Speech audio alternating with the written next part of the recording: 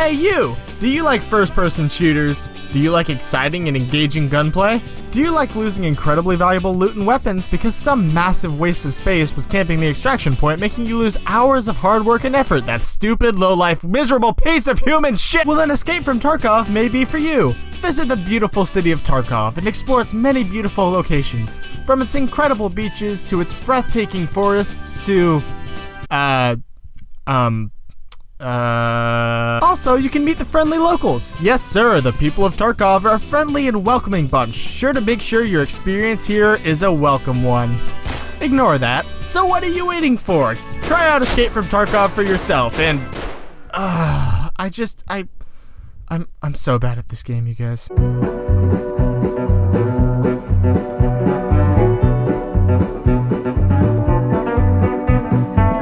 So this is Escape from Tarkov, a realistic first-person looter shooter developed by Battlestate Games. This game was initially released in closed alpha in 2016 and has been in closed beta since July of 2017 with the option to purchase the game for immediate access. And despite still being in closed beta, this game has developed a really strong and passionate community for itself.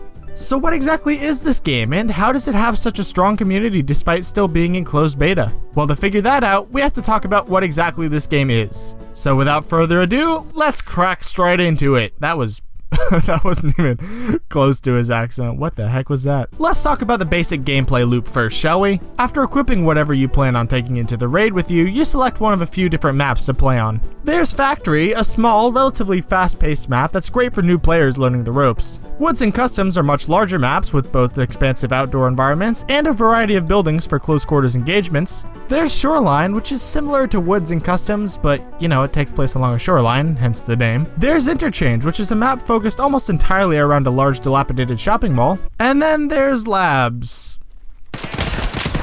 We don't talk about labs on this channel. After loading in, you're dropped into the map with a few other players. You then run around the map looting supplies from buildings and various weapon boxes. You also need to focus on fighting or avoiding other players, who are called PMCs, as well as computer-controlled enemies that are called scavs. If you kill a player or a scav, you can take whatever they had on them for yourself. Once you've gotten enough loot or completed the quest that you've picked up from one of the game's 6 traders, it's time to head to extraction. There are several extraction points scattered around the match, but only a few are open to you each time you spawn in. You need to figure out which extractions are open to you and get there without being killed in order to leave the raid and extract with all your loot. Pretty basic stuff, right? So what exactly makes this game stand out? Well, like I said, Escape from Tarkov is a realistic shooter, and I mean very realistic.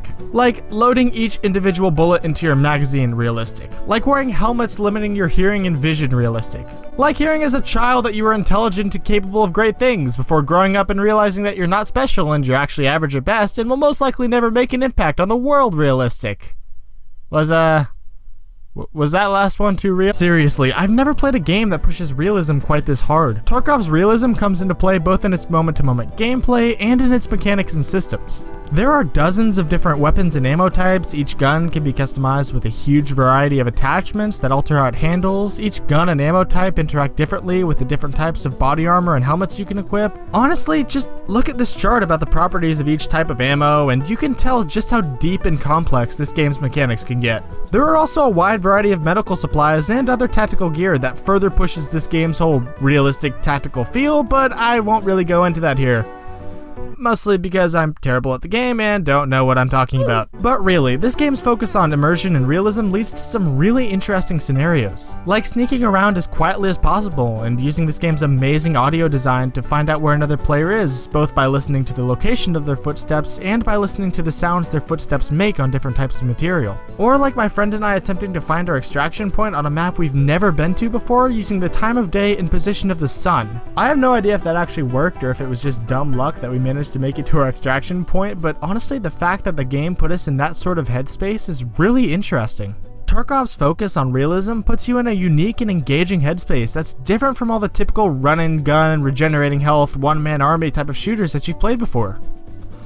That is, before you're one shot in the face by a player with a thermal scope from halfway across the map. Yeah, I guess now is the point in the video where I should probably point out that this game is brutally difficult. This game has the steepest and most difficult learning curve of any game I have ever played, and I play Warframe. The combat in this game is tactical, yet it can be fast-paced, it's unforgiving, and it's often unpredictable.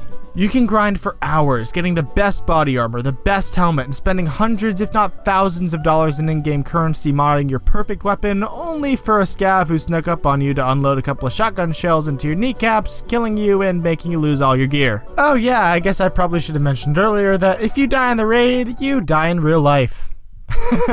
No, just kidding, but if you die in the raid, you lose all your stuff, which, you know, also isn't great.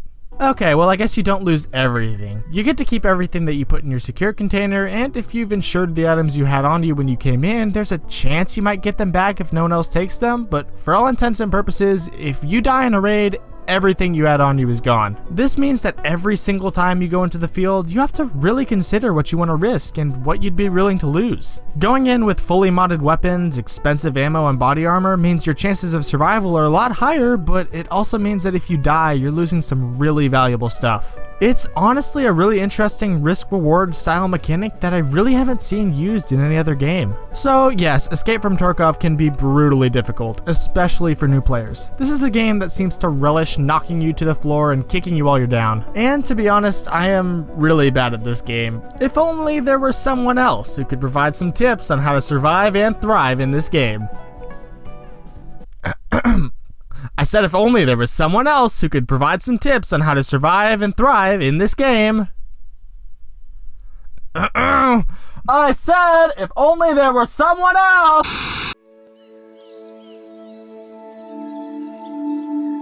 Take a step back.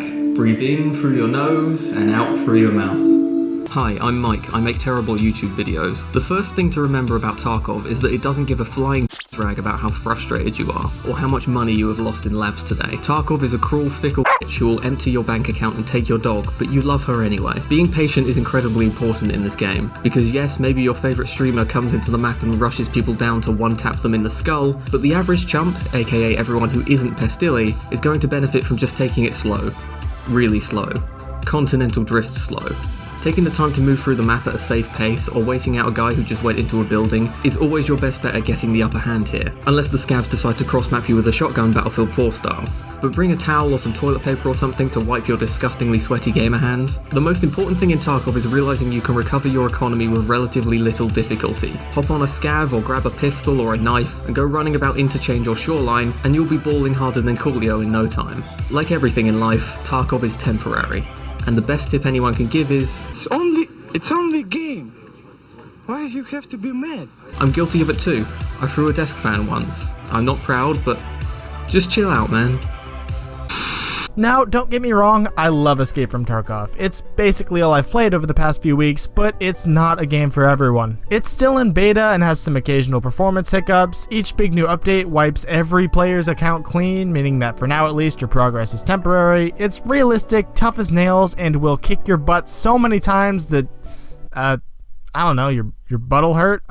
I can't really think of anything funny to write here. That said, I can't think of any other game that does what Tarkov does so well. This realistic tactical feel is engaging and immersive, the combat is tight and responsive, the loot game walks the line between fair and brutally difficult, and it's just an overall amazing experience. Limping to the extraction point on 2 broken legs, out of ammo, and with a backpack full of loot has given me an adrenaline rush that no other game has been able to give me. This game has crushed me into the dirt, and then a few raids later made me feel like the king of the world. That's the thing about Tarkov. The highs and lows in this game are extreme, and they make this game the awesome, complicated mess that it is. Escape from Tarkov may not be for everyone, but if it's for you, you are going to love every pulse-pounding, blood pressure-raising, kneecap pulverizing second of it. Also, if you're playing with friends, make sure that you communicate clearly. Let's see. Oh, wait. How many of us are... We're all 3 down here. Ah! That was me! That was you. Oh! I wish I could say that that was the only time that happened. Hey everyone, thanks for watching the video. I hope you enjoyed it. Huge thanks to Professor Sneaky for lending his incredible talents to this video. I'm going to leave a link in the description for his channel. He makes funny and just admittedly better YouTube videos, so definitely go check him out. If you liked this video, like the video, and if you're new to my channel, just hit that subscribe button. Heck, if you're not new to this channel, hit that subscribe button anyway. Unless you've already hit it, and that'll unsubscribe you. Just be subscribed to the channel. I need an outline for this outro thing that I do. Okay, bye. Thanks for watching again.